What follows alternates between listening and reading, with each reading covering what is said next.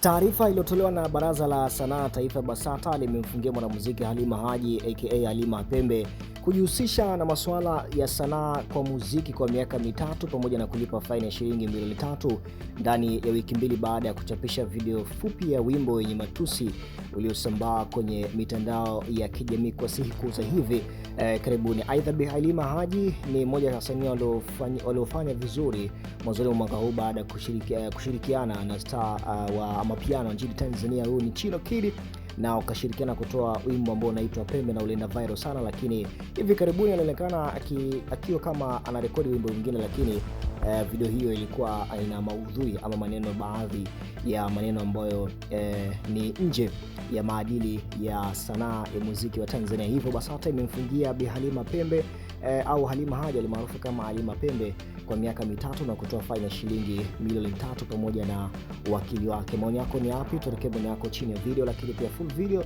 ingia katika YouTube yetu uweze kusikiliza sababu nzima iliyompelekea mpaka kufungiwa kwa taarifa hii. Tufollow pia Instagram na TikTok kwa jina moja la Nyako TV. Mimi naitwa Mutro Msanoaji. Instagram unapatana kama official Mutro Msanoaji.